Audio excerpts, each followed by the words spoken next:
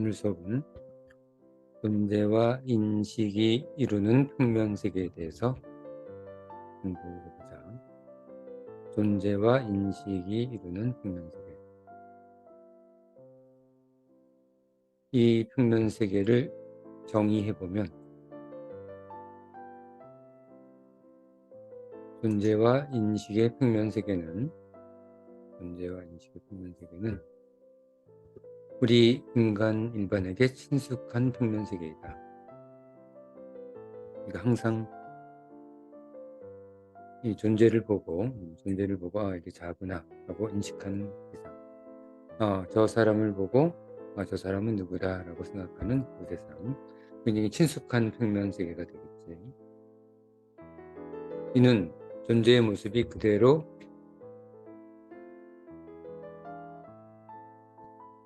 인식되는 사실 인식세계와 존재의 원리가 인식되는 원리 인식세계가 만드는 평면세계이다. 우리는 원리 인식도 이 존재를 보고 원리 인식도 뭔가 새로운 깨달음으로 할 수 있는 거죠. 우리가 사실 인식을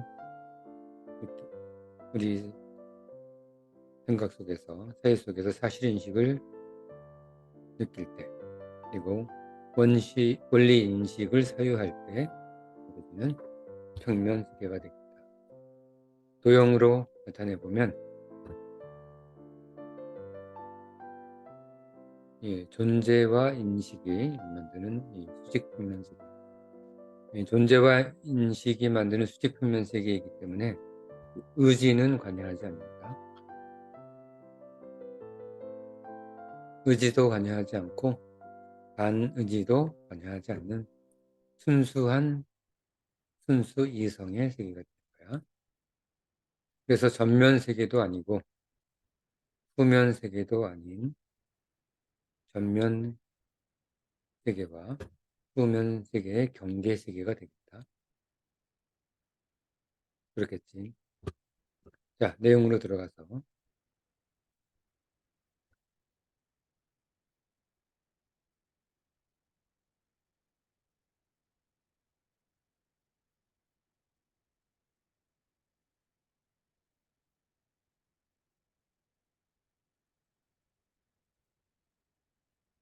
존재 반인식 선형 세계와 존재 반존재 선형 세계가 이루는 네 가지 평면 세계는 다시 도형으로 보면 네 가지 존재 인식으로 구성된 이 평면, 반인식과 반존재로 이루는 이 평면, 반존재와 반인식으로 구성되는 이 평면, 반인식과 존재로 구성되는 이 평면이 되겠지. 네 개의 평면을 봅니다.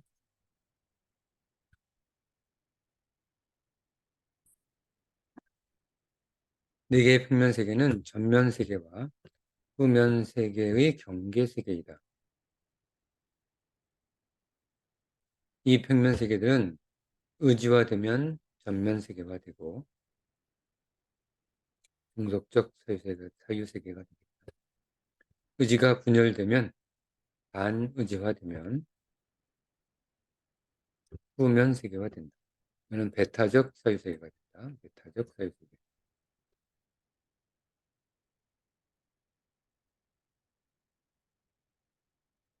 종속적 사유 세계.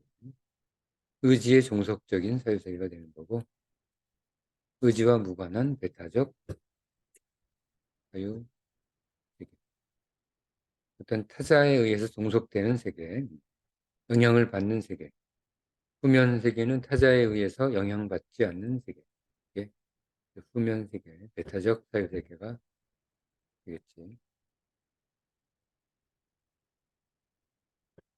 존재와 인식의 평면 세계는 우리 인간 일반에게 친숙한 평면 세계이다. 아까 도입부에서 했던 이야기지. 즉 실체, 존재의 모습이 그대로 인식되는 사실 인식 세계와 실체 움직임의 원리가 인식되는 원리 인식 세계가 존재와 함께 구성하는 평면 세계이다. 사실 인식과 원리 인식. 그러니까 저 태양을 볼 때 태양의 이동, 태양의 천체의 이동 원리 같은 것을 알게 되는 거지. 달을 봤을 때 달의 이동 경로, 그 원리를 인식하게 될 때 구성하는 평면 세계. 이 세계를 통해 인간은 존재의 모습과 그 원리를 인식하며 이로써 인간 일반의 특징적인 삶의 공간을 구성한다. 우리 어떤 A란 인간, B란 사람, A란 인간, B란 인간들의 특징적 삶의 공간을 구성시키는 중요한 공간이 되겠다. 가장 일반적이면서 중요한 공간. 동물 또한 인식과 존재의 평면 세계에 의해 사람만의 세상은 아니지. 사실인식과 원리인식의 세계를 구성하긴 하지만 그 세계는 매우 제한되어 있다. 동물은 인간만큼 풍부한 세상을 가질 수 있다. 이 평면 세계는 인간이 성취한 모든 역사적 문명 세계의 근원으로 작용했고 앞으로도 작용할 것이다. 곧 뜻을 되겠지만 존재와 인식 평면 세계로부터 구성된 세계가 의지와 작용에 의해서 사유 공간화됨으로써 제1 공간 세계가 완성된다. 우리가 공간 세계 이제 다음 단원이 다음 큰 3부가 이제 공간 세계가 될 텐데 공간 세계의 첫 번째 공간, 사유 공간이 존재와 의지와 인식이 이루는 공간이 있다. 자, 다음 페이지. 자, 존재의 세계와 인식의 세계가 함께 평면화됨으로써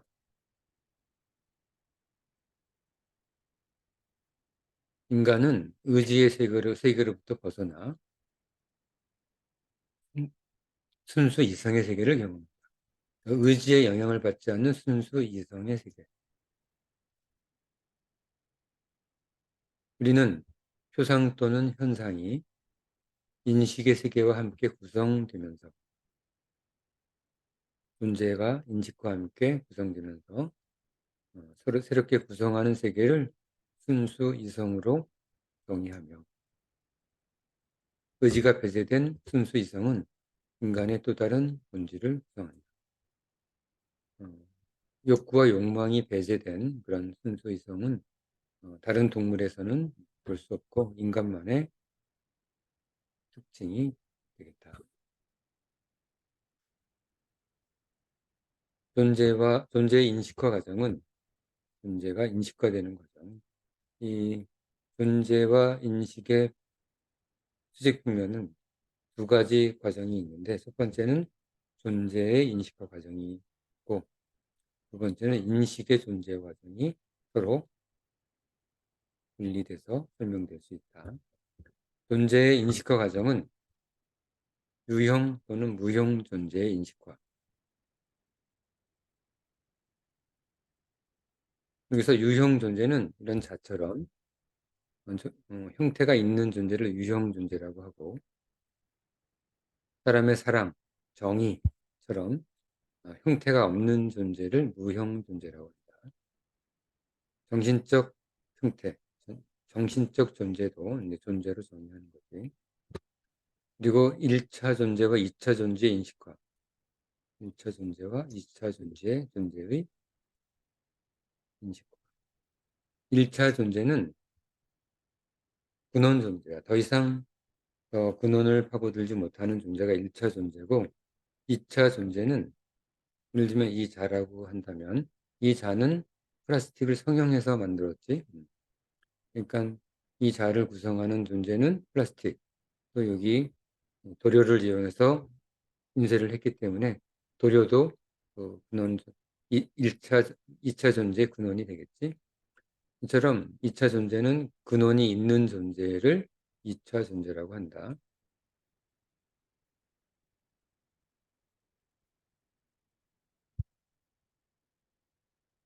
1차, 2차 존재의 인식화와 같이 존재론적 대상에 따른 존재의 인식화로 구성된다.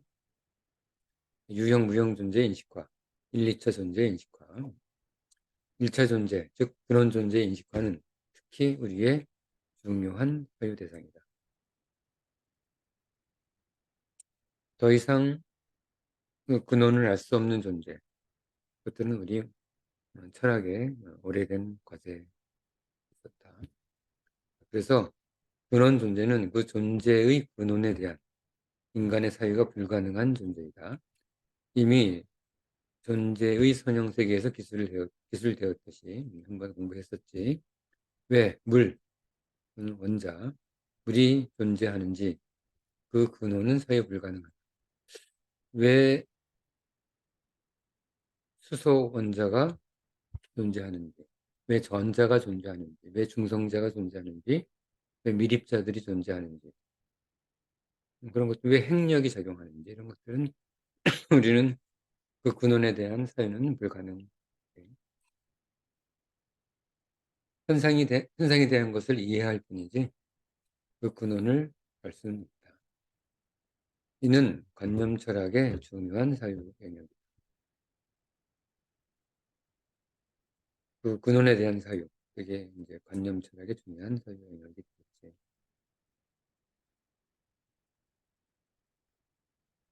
그래서 관념 철학을 잠깐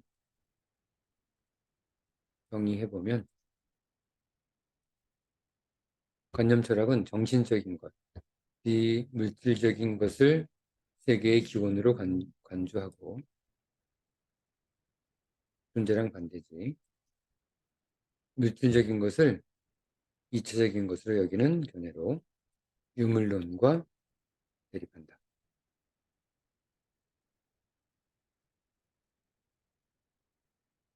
자, 존재와 인식의 평면 세계가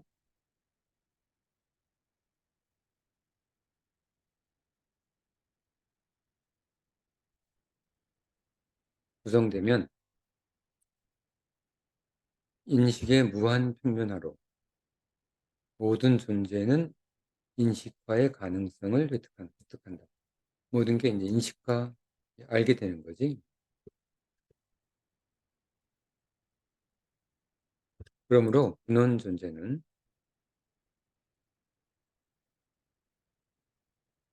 이제 존재 세계의 대상으로부터 존재와 인식 평면의 대상으로 전환된다. 존재 자체뿐만이 아니라 인식화되면 존재와 인식의 평면 세계의 대상이 이와 같이 존재가 인식의 세계를 포함해 가는 과정을 존재와 인식의 평면화 과정으로 정한다. 존재와 인식의 평면화 과정. 확실히 알게 되는 거야. 깨닫게 되는 거지. 깨달음의 과정. 존재와 인식의 평면화 과정으로 규정한다. 그래서 우리는 다음과 같은 명제를 제안한다. 존재는 그 근원이 사유되기 시작하는 순간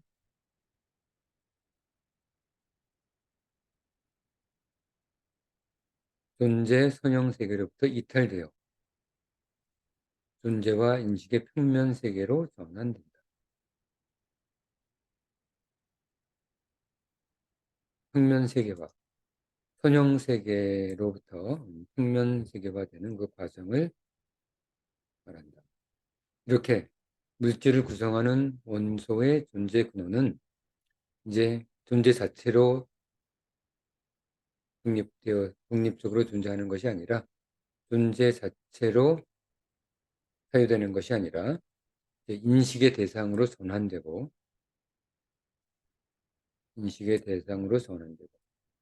더 이상 존재의 세계에 딱 제한되어 있지 않는다. 이래서 고대 서양 철학자들이 그런 존재를 물, 불, 흙 등 그런 존재를 물 또는 불 또는 흙 등으로 하나 또는 몇 개의 대상으로 규정하고 실체화시키는 것은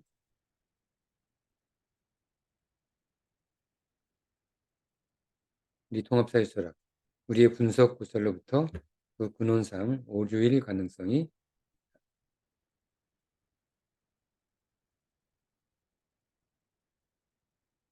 존재만으로는 해석할 수 없다는 거야. 물론 우리가 탈레스 또는 헤라클레이토스의 생각을 정확히 할 수는 없고 따라서 그 오류를 직접적으로 확인할 방법은 없겠지. 여기서 그 근원상 오류일 가능성이 높다는 얘기는 우리 통합사회 철학에서는 그림을 보면서 생각해보자. 이 존재 세계만으로 존재와 존재 세계만으로 물이 대상이 존재하는 것이 아니라 인식화되면 존재가 인식의 영향을 받지 않을 수 없는 거야. 그렇겠지? 존재가 인식의 영향을 받지 않을 수 없고 지난 강의 설명되었던 공부했던 의지와 존재의 세계, 평면 세계에서는 이 존재는 스스로 독립적으로 설명되는 것이 아니라 의지에 의해서 의지와 존재의 평면 세계에서 설명이 되는 거야. 그렇기 때문에 존재 자체로 존재 근원을 얘기할 수는 없고 통합사회 철학에서는 존재는 인식의 영향을 받고 마찬가지로 인식도 존재의 영향을 받겠지. 존재는 의지의 영향을 받고 의지도 존재의 영향을 받지.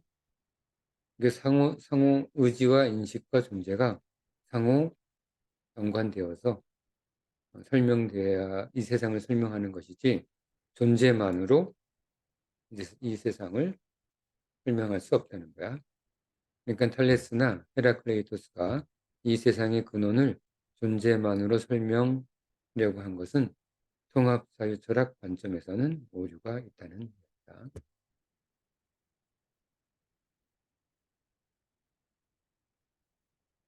여기서 우리는 인간 존재의 근원이 무엇인지, 물의 존재의 근원이 무엇인지의 대답을 위하여 그들과 다른 중요한 사유 전환을 시도한다.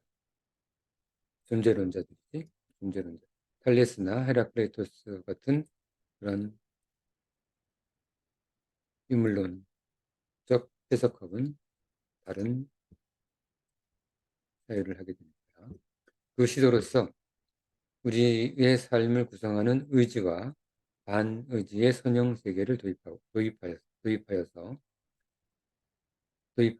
도입하게 되면 이는 존재의 근원에 대한 새로운 접근과 답을 추구해 줄 것이다. 예를 들면 우리는 존재를 의지에 의해 재탄생시킨다. 존재가 존재만으로 존재하는 것이 아니라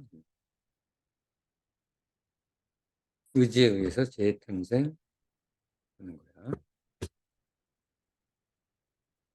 예를 들면 그가 친구인 것은 내 친구인 것은 내가 우정이라는 의의를 가지기 때문에 가지는 그 의지 때문에 그 친구가 내 친구인 거지 그 의의라는 의지가 없으면 더 이상 친구가 없다. 그래서 친구라는 존재는 내 의의라는 의지 때문에 탄생하는 거지 친구 자체가 그 자체로서 설명이 되지 않는 거지. 나무가 존재하는 것은 내가 그것 나무를 고려했기 때문이다. 존재 근원에 대한 의지의 적용이 됩니다. 존재 근원에 대한 의지의 그래서, 그래서 우리는 다음과 같은 명제를 제안한다. 존재 성립의 근원 중 하나는 의지이다. 또 다른 명제도 가능하겠지. 존재 성립의 근원 중 하나는 인식이다. 또 마찬가지 원리로 인식 성립의 근원 중 하나는 존재이다. 인식 성립의 근원 중 하나는 의지이다. 여러 가지 연관된 관련된 유추된 명제들이 해석될 거야. 자, 이와 같은 존재 근원에 대한 의지작용과 반의지의 작용은 존재의지, 인식, 공간세계, 공간적 삶의 세계 주 사유 관점이 될 것이다.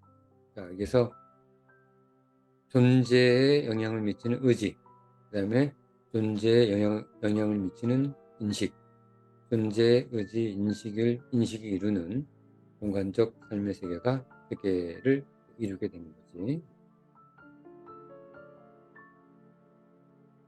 자, 두 번째 과정이다. 첫 번째 과정은 존재의 인식화 과정이었지. 자, 두 번째 과정은 다음 시간에 공부할 텐데, 두 번째 과정은 인식의 존재의 과정. 인식의 존재의 과정에 대해서 공부해 보도록 하자.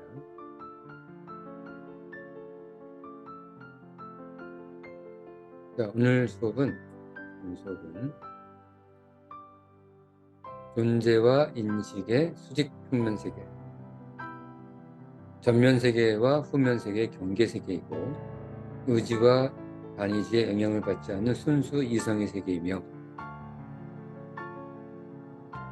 이 평면적 세계를 통해서 존재 유물론에 의한 존재만으로 해석하려는 것에 대한 오류를 지적했고, 각 세계의 근원이 인식, 존재, 의지의 복합적 통합 사유를 통해서 결정되는 것이지, 어느 한 가지 요소에 의해서 세계는 설명될 수 없다는 것을 오늘 공부했다. 자, 오늘 공부한 내용을 잘 기억하면서 다음 시간 인식의 세계와 존재의 세계가 만드는 수직평면 세계 두 번째 시간에 대해서 두 번째 시간에서 다른 특징, 인식과 존재가 이루는 이 평면 세계의 또 다른 특징에 대해서 공부해 보도록 하자. 자, 오늘 수업은 여기까지.